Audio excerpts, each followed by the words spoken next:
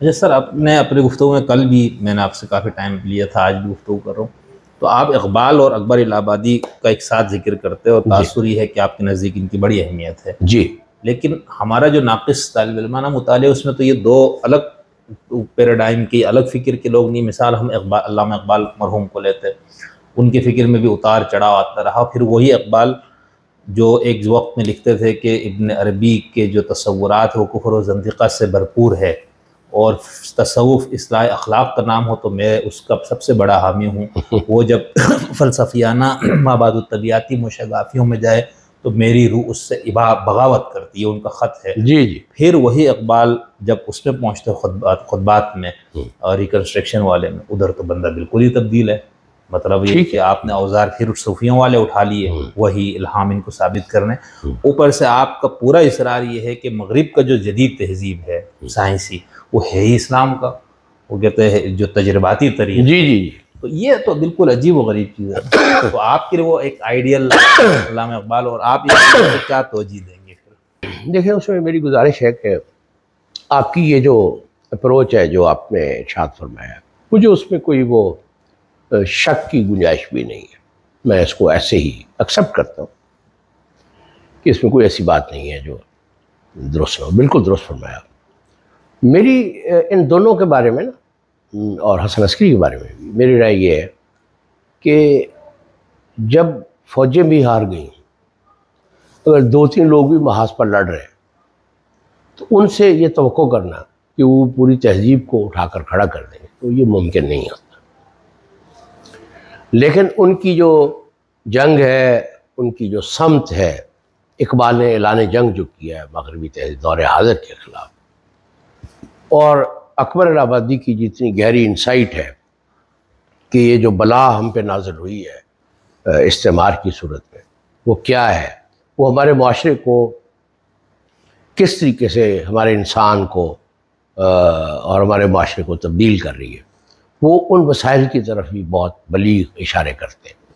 तो मैं ये कहता हूँ कि इकबाल और जो अकबर इलाहाबादी, अल्लाह ताला उन पर अपनी रहमतें नाज़िल फरमाए, और हसन अस्करी मरहूम, अल्लाह ताला उनको अपनी रहमत में शामिल फरमाए, तो उनमें अगर हम तनकीद करें तो उनमें हमें बहुत सारी चीज़ें ऐसी मिलती हैं जो कि काबिल एतराज़ है, जो कि तज़ादात में शुमार होते हैं। लेकिन एक तहजीब जब मुनज़्ज़म हो रही हो, ठीक है, यानी फ़र्ज़ किया हम जंग हार गए और हमारी बंदूकें भी टूट गई हैं, तो बंदूक की ज़रूरत तो हर वक्त रहती है। तो अगर 2-4 बंदूकें हमें सही सलामत मिल जाएँ तो हम खुश होंगे।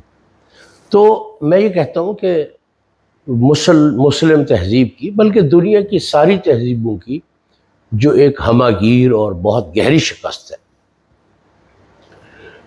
उस के तनाजुर में अगर एक आदमी सोच रहा है और बात कर रहा है तो ये बहुत बड़ी चीज़ है। तो उन्होंने जो बातें की हैं, वो अगर हमने बतौर मुसलमान अपने मुस्तकबिल की तरफ कोई पेशरफ्त करनी है, तो उसके लिए ये वसाइल जो है वो नागुज़ीर होंगे। हमें बहुत सारे तहजीबी वसाइल पैदा करने की ज़रूरत है, इल्मी वसाइल की, ख़ास तौर पर तालीमी वसाइल की, ताकि जो दीन है हम उसके साथ मुस्तकबिल की तरफ पेशरफ्त कर सकें। एक सादा सी मैं मिसाल अर्ज़ करता हूँ कि जो बादशाह होता है ना, वो कभी जंग नहीं लड़ता। जंग जो है ना, फौजें लड़ती है। इसी तरह से हमारा जो दीन है, कुरान मजीद है, वो जंग नहीं लड़ेगा। जिस तरीके से बादशाह होता है उसकी फौजें होती हैं, इस तरह दीन हक है, इसकी फौजें क्या है, वो उलूम है, इनके ज़रिए से हमने वेस्ट का मुकाबला करना है। वो फौजें तो ख़त्म हो गई, तो हम बार बार बादशाह को उठा के, वो जो चपड़ गनाती है उनके फौजी है, उनके सामने हम उनको खड़ा कर देते हैं वेस्ट के। तो ये हमारी जो नारसाई है और जो नादानी है, ये उस पर दलालत करती हैं ये चीज़ें। तो उसमें मैं समझता हूँ कि 100 मसाइल हैं इकबाल में भी और अकबर इलाहाबादी में भी। लेकिन यह है कि चूँकि मैं यकीन रखता हूँ कि मैंने बतौर मुसलमान, मैं बज़िद हूँ कि मैंने बतौर मुसलमान अपने मुस्तकबिल की तरफ पेशरफ्त करनी है, तो उसमें ऐसा आदमी जो फ़र्ज़ किया उसके 10 तकाज़े हैं, तो एक बंदा मुझे मिला है, उसको 2-3 कालों का तो पता है पहले से, तो वो तो मुझे कितना अजीज होगा, वो आदमी मुझे कितना अजीज होगा। तो इसलिए वो लोग मुझे बहुत ज़्यादा मेरे दिल के करीब है, क्योंकि वो ये जानते हैं कि बस्ता जो है ना वो सर पे उठा के मुस्तकबिल की तरफ पेशकदमी नहीं की जा सकती। मुस्तकबिल की तरफ पेशकदमी का मतलब ये है कि उस बस्ते को इल्म और अमल के ज़रिए से उसकी तहजीबी औज़ा पैदा की है। तो हमारे लोग समझते हैं कि बस्ता कंधे पे लटका के या सर पे रख के मैं मुस्तकबिल की तरफ जाऊंगा और तहजीब, मुआशरा, फ़र्द जो है उसके अहवाल जो है वो मुकम्मल मॉडर्निटी पर सवार हो जाएंगे, तो मुआशरा बड़ा इस्लामी होगा। इस तरह की तो अब बातें नहीं ना है, ये नादानी की बातें। तो मैं ऐसी चीज़ों पर यकीन नहीं रखता। तो मैं समझता हूँ कि बतौर मुसलमान अगर हमने मुस्तकबिल की तरफ पेशरफ्त करनी है, तो वो लोग जो हालत जंग में हैं हमें उनके साथ शामिल होना चाहिए। उनके पास 2-4 चीज़ें अगर उन्हें बचाने में कामयाब हो गए, अगर उन्होंने ऐसी बात ही कह दी है कि मैं अपने मुस्तकबिल की तरफ बतौर मुसलमान पेशकदमी करना चाहता हूँ, तो उसमें उनकी कदर करनी चाहिए। तो सर ये इकबाल कौन सा इकबाल, शायर इकबाल या वो खुतबात इकबाल? ये आपको कहाँ से मिला? मैं उनमें ये तजाद नहीं देखता। अच्छा, मैं एक छोटी सी बात अर्ज करूँगा। इकबाल की जो किताब है ना, उनका उन्वान है reconstruction of what? Religious thought. Sir Syed क्या कर रहा है? वो कर रहा है रिकंस्ट्रक्शन ऑफ रिलीजन। ठीक है, वो पूरा कबीला जो है मॉडर्निज्म का, वो क्या कर रहे हैं? They are reconstructing religion. ठीक हो? इकबाल का ये प्रोजेक्ट नहीं है। इकबाल ये फरमा रहे हैं कि let us reconstruct religious thought,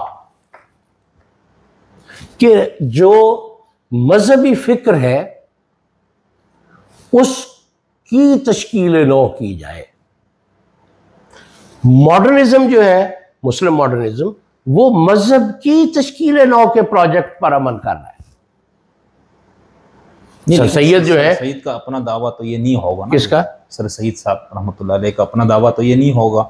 उनका तो दावा है कि मैं उस फिक्र की, मजहबी फिक्र जो अभी तक कुरान की तफसीर और तशरीह की शक्ल में मौजूद है, मैं उसको रिकंस्ट्रक्ट। ठीक होगी बात, यानी हम सर सैयद जो है वो कोई भी दावा कर या सकते उनसे, उनके कबीले के बाद में भी जितने लोग हैं, ठीक है, वो कोई भी दावा कर सकते हैं। वो यही कहेंगे ना कि हम मजहब को इसकी असली कोटेशन मार्क्स में लिखे। ये जो मॉडर्निज्म वाले या सल्फी सोच रखने वाले लोग हैं ना, इनको असली चीजों की बड़ी फिक्र होती है। तौहीद खालिस, तौहीद असली, दीन असली। ये जो बेअसल लोग हैं वो तो असली चीजों तक पहुंच ही नहीं सकते। जिनकी अपनी कोई असल नहीं है वो असली चीज़ों तक कैसे पहुंच सकते हैं? जिन्हें ना तौहीद का पता है ना किसी चीज़ का पता है। तो ये जो लोग हैं ना, ये जदीदियत के हरावल दस्ते के सिपाही है। मैं ये अर्ज़ कर रहा हूँ कि अगर हम अपनी इस मुनज़्ज़म तहजीब को देखें तो यहाँ कुछ लोग अभी भी हरकत करते फिर रहे हैं। इस वीराना खाली नहीं हुआ, अभी भी कुछ लोग लगे हुए हैं इसमें। तो इस वीराने में जो एक ब्रॉड कैटेगरी में बनाऊँगा वो ये होगी कि सर सैयद अहमद ख़ां और उसका पूरा कबीला और पॉलिटिकल इस्लाम वाले और सल्फी इस्लाम वाले, पेट्रो डॉलर एपिस्टीम वाले, पेट्रो डॉलर एपिस्टीम है ना, पेट्रो डॉलर ने एक एपिस्टीम पैदा किया। उस एपिस्टीम में जितने लोग खड़े हैं वो सब एक काम कर रहे हैं, दे आर रिकंस्ट्रक्टिंग रिलीजन। हमें तो इसमें कोई दिलचस्पी नहीं है कि रिकंस्ट्रक्ट किए जाए। हमें तो जैसे वो है अमाना व सज़कना, जैसा थोड़ी देर पहले आपने फरमाया, हम तो उसी बात पर यकीन रखते हैं। इकबाल कह रहा है कि let us activate the Muslim mind. हमें एक ऐसे शऊर की, एक, मैं कहता हूं कि उन्होंने रिकंस्ट्रक्शन में जितनी बातें की हैं वो सारी गलत है। हम इस बात को फर्ज कर लेते हैं, ठीक है, तो तब भी उनके इस प्रोजेक्ट की अहमियत कम नहीं होती। क्योंकि जिस वक्त अल्लामा ये किताब लिख रहे थे उस वक्त हमारी तहजीब के तमाम नॉलेज डिस्कोर्सेज जो है वो मुनज़्ज़म हो चुके थे। अकबर इलाहाबादी ने जो बातें की हैं वो शायरी में करने वाली बातें थोड़ी हैं। उन्होंने शायरी को एक ऐसे काम के लिए इस्तेमाल किया जिसके लिए वो बनी ही नहीं थी। ज़रब कलीम में इकबाल ने यह काम किया। यानी अगर हमारे यहाँ नॉलेज के कोई डिस्कोर्सेस होते तो जो हमें तहजीबी सूरत हाल दरपेश थी, हम उन नॉलेज डिस्कोर्सेस के अंदर रहते हुए कोई बात करते। हमारे यहाँ नॉलेज डिस्कोर्सेस तो ख़त्म हो चुके।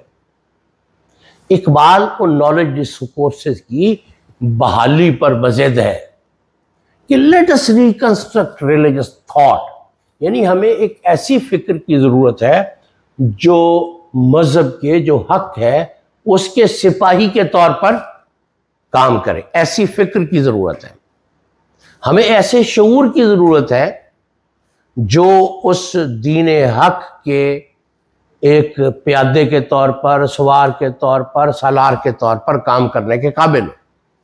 तो इकबाल जो बात कर रहे हैं वो, हम इकबाल पर भी लोगों ने मॉडर्निज्म के इल्ज़ाम लगाए हैं, लेकिन उसकी मेरे नज़दीक इतनी ज़्यादा अहमियत नहीं है, क्योंकि उनकी शायरी से, जैसे इकबाल फरमाते हैं कि ब मुस्तफ़ा बरसा खेशरा ये दी हम बस, ये रिवायती या क्लासिकल ताबीर, हमारा सब कुछ जो है वो हुजूर अलैहिस्सलातु वस्सलाम, उनसे दामन से वाबस्तगी ही सबसे बड़ा जो है वो दीन का सबसे बुनियादी और बड़ा तकाज़ा है। उनकी ग़ुलामी में रहना, उनकी ग़ुलामी पर फ़ख्र करना हमारी बताए हयात है, हमारी बताए ईमान। तो इकबाल जो है उनके मज़हब के जो तसव्वुरात हैं वो अगर उनकी शायरी को देखें तो वो क्लासिकल हैं, पुराने हैं, वो पुरानी नौइयत के मजहबी आदमी। वो मॉडर्निस्ट उस मानी में नहीं है जिस मानी में फ़र्ज़ किया मौलाना अबुल कलाम आज़ाद हैं या मौलाना मौदूदी हैं। ये पॉलिटिकल इस्लाम वाले जो लोग हैं ना, ये सबसे बड़े मॉडर्निस्ट हैं। हम ये नहीं कह सकते कि सर सैयद जो है वो मॉडर्निस्ट है, मौलाना मौदूदी मॉडर्निस्ट नहीं है, क्योंकि पॉलिटिकल इस्लाम जो है वो इटसेल्फ मॉडर्निटी का सबसे बड़ा मज़हर है। यानी मॉडर्निटी के हमारे मज़हब पर जो असरात हुए हैं, उसने जिस पॉलिटिकल इस्लाम को जन्म दिया है वो मिसाल के तौर पे परवेज़ है, परवेज़ साहब है। जो परवेज़ है उसने भी दीन की एक ताबीर की है ना। बिल्कुल। ये लोग क्या कर रहे हैं, ये लोग दीन की रिकंस्ट्रक्शन कर रहे हैं। ये लोग दीन की इकबाल इस दीन की रिकंस्ट्रक्शन पर यकीन नहीं रखता। इकबाल कहता है let's recreate religious knowledges which are subservient to and compatible with our religion। देखिए इल्म जो है वो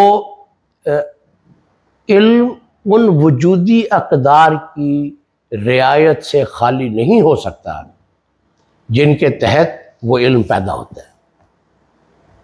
यानी हर तहजीब कुछ ऐसी अक़दार पर कायम होती है और वहाँ पैदा होने वाला इल्म उन अक़दार से हालत इनकार में नहीं होता, वो उन अक़दार की रूह को अपने अंदर समाये हुए होता है।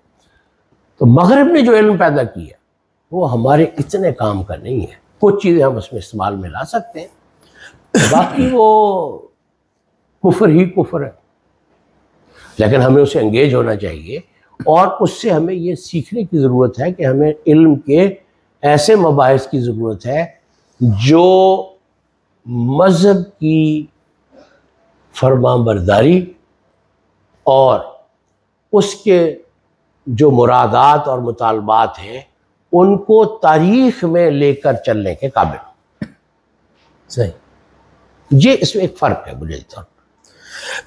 सर मैं फिर कभी आपसे टाइम लूँगा, फिर इकबाल के ऊपर फिर आपसे तफसीली ज़रूर ज़रूर ज़रूर मुख्तलिफ पहलुओं पर जी, उनकी खुतबात पे भी कुछ वो हैं। तो अभी चूँकि मैं इस नियत से नहीं था कि मैं उन पे वो करूँगा, तो क्योंकि आपने गुफ्तगू फरमाई, मुझे उसमें है आ गई कि इकबाल उसमें काफ़ी प्रॉब्लम्स हैं रिलीजियस थॉट में, लेकिन मेरे नज़दीक उनको अगर फ़र्ज़ किया आदमी कहे कि उसमें जी 1,57,586 मसाइल हैं, तो मेरे नज़दीक यानी वो मुझे कहे कि उसमें इतने लफ्ज़ हैं तो उन लफ्ज़ों से ज़्यादा उसमें मसाइल हैं।